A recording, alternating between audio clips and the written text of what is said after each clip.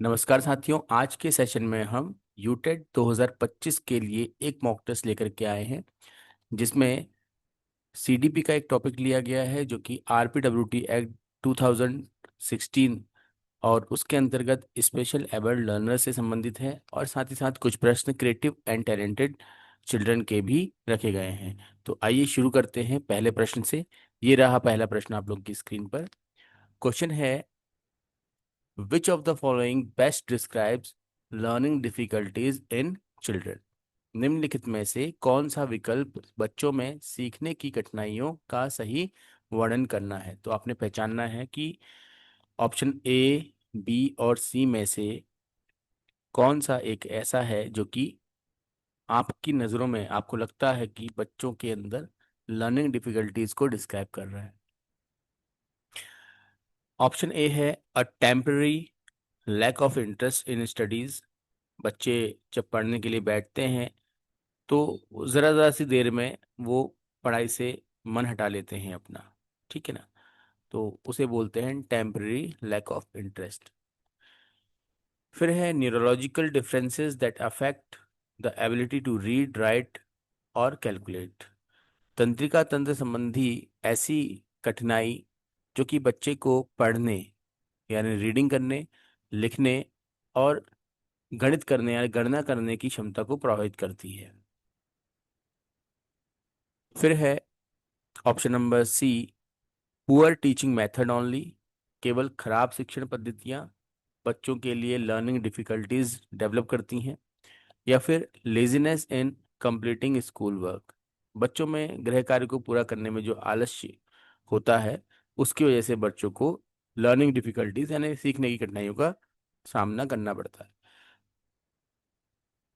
तो आपको बताना है इनमें से सही उत्तर कौन सा है।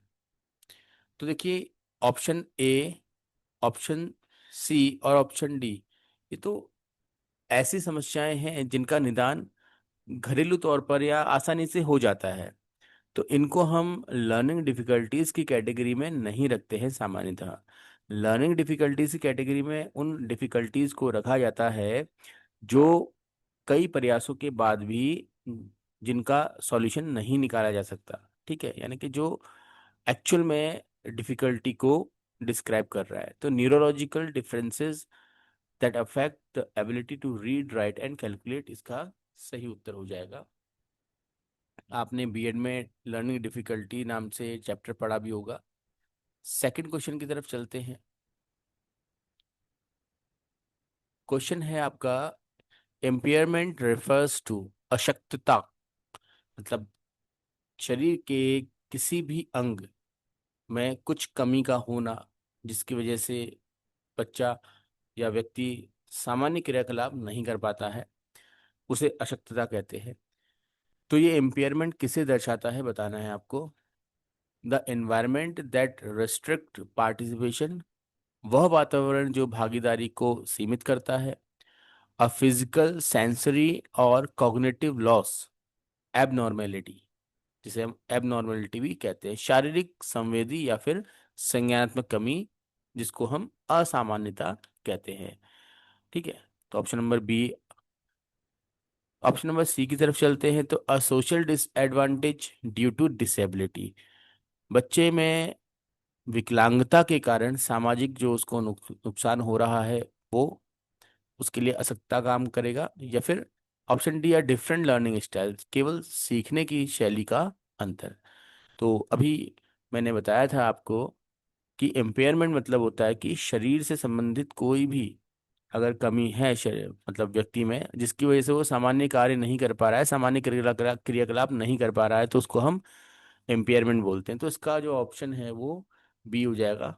ठीक है, तो right answer is a physical, sensory and cognitive loss और एबनॉर्मेलिटी। क्वेश्चन नंबर 3 है, which strategy is most effective for children with learning difficulties. सीखने में कठिनाई वाले बच्चों के लिए सबसे प्रभावी रणनीति कौन सी है? तो ऐसे बच्चे जो जिनको सीखने में किसी प्रकार की प्रॉब्लम होती है, समस्या होती है, तो उनके साथ आप कैसा ट्रीटमेंट करेंगे कि वो सीखें? Punishment for incomplete work. देखिए, इससे पहले के सेशन में भी चर्चा हो चुकी है और बीएड के दौरान भी आपने कई बार ये सुना होगा कि पनिशमेंट कभी भी किसी भी समस्या का हल नहीं होता है। बी है इग्नोरिंग द चाइल्ड्स नीड। तो इग्नोरेंस भी किसी समस्या का हल नहीं है। ठीक है, बच्चे की आवश्यकताओं को ही आप इग्नोर कर दे रहे हो, जबकि आपको समझना चाहिए उसके लिए कि उसकी आवश्यकता क्या है। इंडिविजुअलाइज्ड एजुकेशनल प्लान, मतलब कि प्रत्येक बच्चे के अनुसार शैक्षिक योजना का निर्माण करना। ठीक है, विद सपोर्टिव टीचिंग। ठीक है, सहायक शिक्षण पद्धति के साथ। मतलब हर बच्चे के सीखने के तरीकों के हिसाब से और हर बच्चे की आवश्यकता के अनुसार आप अपने शिक्षण जो योजना है उसका निर्धारण कर रहे हैं, और उसके अनुसार बच्चों को सपोर्टिंग टीचिंग भी कर रहे हैं। तो ये इसका एक सही उत्तर हो सकता है। ऑप्शन नंबर डी है asking parents to do all the teaching. Parents के ऊपर ही सारी जिम्मेदारी छोड़ देना कि आपने पढ़ाना है, आप पढ़ाइए। ठीक है, ऐसा। तो डी भी इसका आंसर नहीं है। Option number C is right answer, individualised educational plan. ठीक है, इसे पर्सनलाइज्ड लर्निंग भी कहते हैं। पर्सनलाइज्ड मतलब कि पर्सन के हिसाब से, इंडिविजुअलाइज्ड मतलब इंडिविजुअल के हिसाब से। तो पर्सन और इंडिविजुअल एक ही बात हो गई। तो कहीं पर अगर टर्म ऊपर नीचे होगा तो आप लोग घबराइएगा नहीं। ठीक है, इंडिविजुअलाइज्ड बोलें या फिर पर्सनलाइज्ड बोलें, एक ही बात होती है। नेक्स्ट है question number 4, a child with dyslexia. Dyslexia इससे पहले के एक सेशन में आ चुका है ये शब्द, जहां पर आपको मैंने बताया था कि ये जो स्टार्टिंग का DYS है, डिस, इसका मतलब होता है कमी। ठीक है, लेक्सिस मतलब है आपका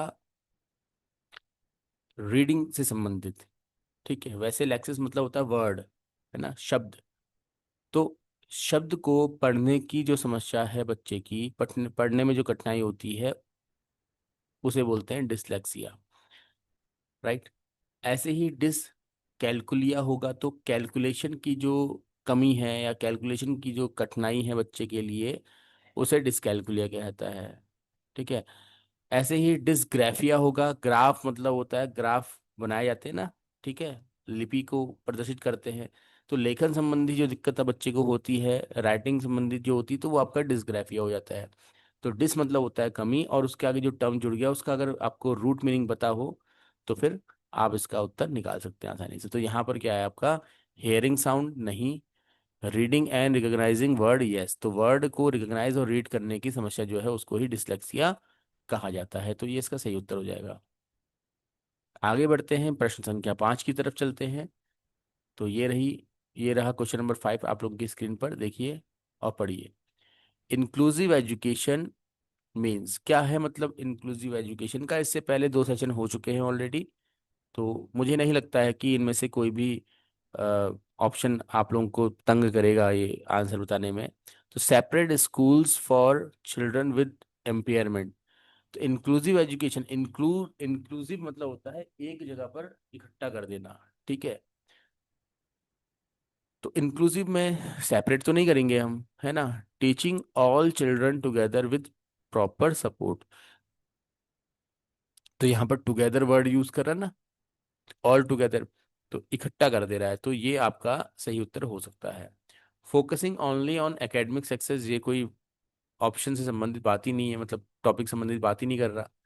giving preference only to gifted children, नहीं, गिफ्टेड चिल्ड्रन को ही प्रेफरेंस देना ये भी कोई इंक्लूसिव एजुकेशन का गोल नहीं होता है। तो ऑप्शन नंबर बी इसका सही उत्तर हो जाएगा। Inclusive education means teaching all children together with proper support. समावेशी शिक्षा का अर्थ है सभी बच्चों को उपयुक्त सहयोग के साथ पढ़ाना।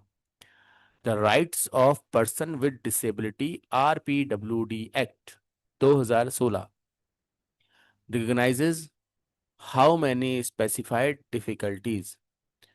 विकलांग व्यक्तियों के अधिकार अधिनियम 2016 कितनी निर्दिष्ट दिव्यांगताओं को मान्यता देते हैं। देखिए, हमारे यूट्यूब चैनल में एक प्लेलिस्ट मैंने आप लोगों के लिए या आपके सहयोग के लिए बनाई है, जिसका नाम है टारगेट यूटेट 2025। तो अगर वहाँ पर आप जाते हैं तो जो हमारे क्वेश्चन आंसर या मॉक टेस्ट के सेशन चल रहे हैं, इनके अलावा भी कई सारे वीडियो मैंने वहाँ पर आप लोगों के लिए रखे हैं। तो RPWD एक्ट 2016 का वीडियो आपको मिल जाएगा, 2 वीडियोस में ये टॉपिक कवर है। तो आप वहाँ से इसको पूरा पढ़ सकते हैं। बहुत सेलेक्टिव कंटेंट उसमें है, और कैसे कैसे प्रश्न पूछे जाते हैं वो भी वहाँ पर जिक्र किया गया है। ठीक है, तो आप उसको ज़रूर देखें। बहरहाल अगर हम बात करें कि RPWD एक्ट 2016 में कितने प्रकार की डिसेबिलिटीज़ को कंफर्म किया गया है, तो ये है 21। ठीक है, आप लोगों को ये भी पता होना चाहिए कि ये जो RPWD एक्ट है, इससे पहले भी एक एक्ट था जिसका नाम था पर्सन विद डिसेबिलिटी एक्ट, जिसको हम बोलते हैं PWD एक्ट।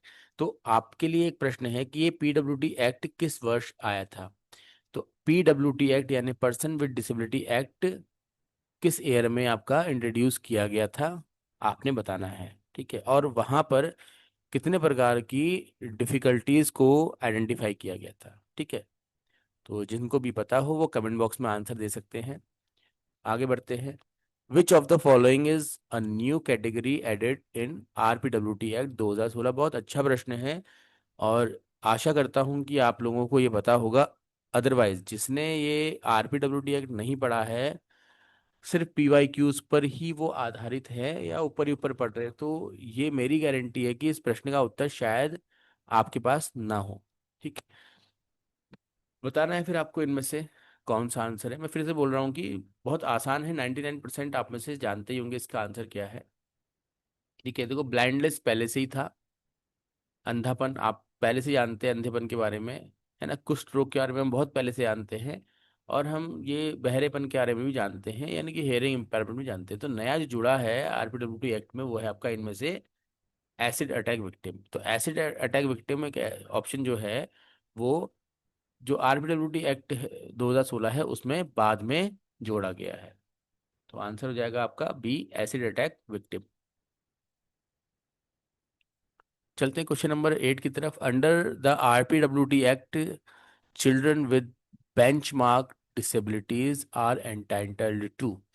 तो यहाँ पर एक टर्म आपके लिए आएगा कि बेंचमार्क डिसेबिलिटी या चिल्ड्रन विद बेंचमार्क डिसेबिलिटी। क्या मतलब है इसका, बताइए भाई। बेंचमार्क मतलब क्या होता है, और उसको डिसेबिलिटी से कनेक्ट कर लीजिए, आपको इसका आंसर मिल जाएगा। ठीक है, सॉरी। तो ऐसे बच्चे जो सामान्य बच्चों से कहीं ना कहीं लर्निंग के कॉन्टेक्स्ट में पीछे रह गए हैं, ठीक है ना, तो उन बच्चों को हम बेंचमार्क डिसेबिलिटी के अंदर रखते हैं। या कहें कि जो बैकवर्ड हो गए हैं, बहुत ज़्यादा पिछड़ गए हैं, वैसे बच्चे इसके अंतर्गत आते हैं। तो अभी ये बताना है कि RPWD एक्ट के अंतर्गत बेंचमार्क दिव्यांगता वाले बच्चों को किसका अधिकार है। Free education till the age of 18 year, 18 वर्ष की आयु तक निशुल्क शिक्षा। Education only in special schools, केवल विशेष विद्यालयों में शिक्षा। होम बेस्ड लर्निंग ओनली, केवल घर पर शिक्षा। या फिर नो स्पेशल राइट, कोई विशेष अधिकार नहीं है। तो विशेष अधिकार तो है, तो किस बात के विशेष अधिकार है।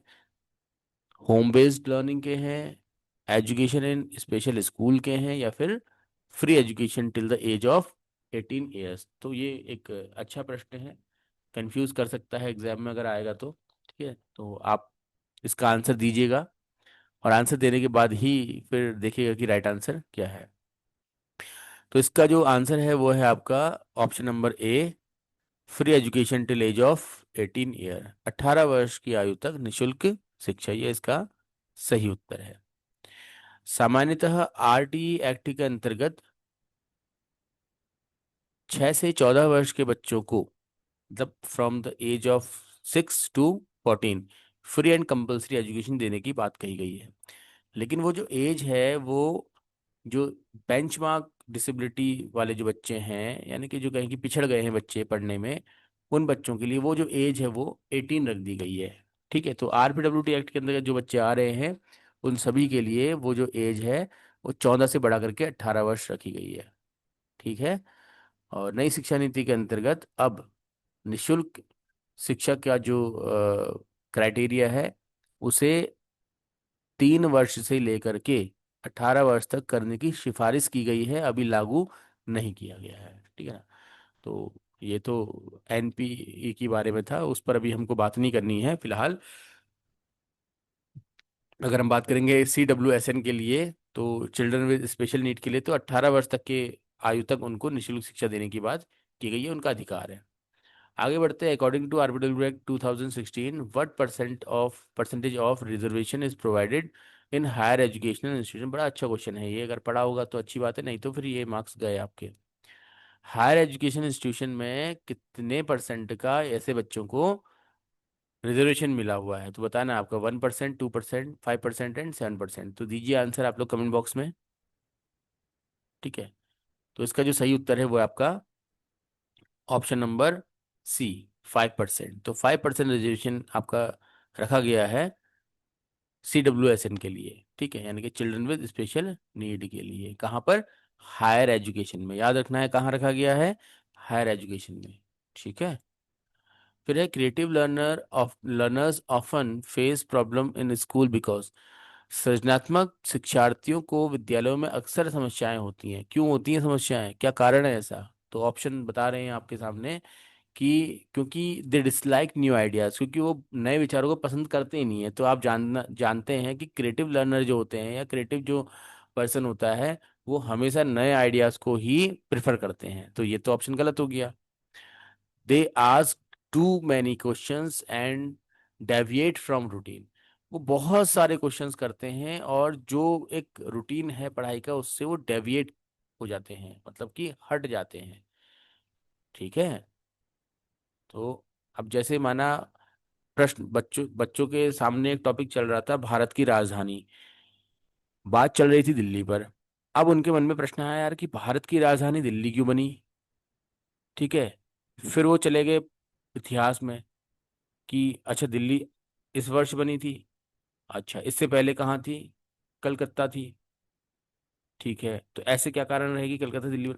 तो मतलब कि वो जो उनको पढ़ना था कि भारत की राजधानी दिल्ली है के बारे में, वो वहां से कहीं और ही चले गए। ठीक है, अगर दिल्ली नहीं होती तो क्या होता, मतलब इस प्रकार के कई सारी क्यूरोसिटी उनके अंदर होती है। वो उन क्यूरोसिटी, देखो क्यूरोसिटी सबके अंदर होती है, लेकिन जो लोग उस क्यूरोसिटी को सेटिस्फाई करने के लिए प्रयत्न करते हैं वो बच्चे क्रिएटिव कहलाते हैं या बन जाते हैं, अदरवाइज बाकी नॉर्मल रह जाते हैं। ठीक है। तो ये ऑप्शन नंबर 20 का सही उत्तर हो जाएगा। दे कैन नॉट, फिर आ रहा है they can not think independently. तो इंडिपेंडेंटली थिंक करना तो उनकी स्ट्रेंथ होती है, तो ऑप्शन नंबर सी भी गलत हो गया। They are not interested in activities, वो तो बहुत सारे एक्टिविटीज करते हैं, तो ये भी गलत हो गया। ऑप्शन नंबर 20 का सही उत्तर हो जाएगा। तो आज का सेशन यहीं पर कंप्लीट होता है। उम्मीद करता हूँ कि ये प्रश्न आप लोगों को काफ़ी कुछ हेल्पफुल लगे होंगे और एग्जाम में आपको काफ़ी मदद मिलेगी इन क्वेश्चन से। इतना मेरी गारंटी भी है आप लोगों की कि अगर आप लोग सेशन डेली देख रहे हैं और 10 प्रश्न जो रेगुलर आपके लिए लाए जा रहे हैं उनको आप कर रहे हैं, और ये जो चर्चा है इसमें शामिल हो रहे हैं, सुन रहे हैं, सोच रहे हैं, विचार कर रहे हैं, नोट्स बना रहे हैं, तो निश्चित रूप से आपको आपके यूटेट के एग्जाम में ही नहीं, किसी भी ऐसे एग्जाम में जहां पर शिक्षण अभिरुचि से संबंधित प्रश्न पूछे जाते हैं, या फिर हिंदी की हमने जब बात की तो हिंदी से संबंधित जो प्रश्न पूछे जा रहे हैं वहां पर आपको जरूर ये सेशंस हेल्पफुल रहेंगे। ठीक है। तो आज के लिए इतना ही। अगर आप लोगों को सेशन अच्छे लगे हों तो आप अपने साथियों के साथ शेयर ज़रूर करें, और चैनल में नए हैं तो सब्सक्राइब करेंगे। और बाकी जो भी आपको लगता है, आप आगे कुछ सेशन देखना चाहते हैं, आपको कोई टॉपिक सजेस्ट करना है, तो आप वो टॉपिक लिख दीजिए कमेंट बॉक्स में। उस टॉपिक पर 10 प्रश्न और थोड़ी चर्चा लेकर के आपके सामने हम प्रस्तुत होंगे।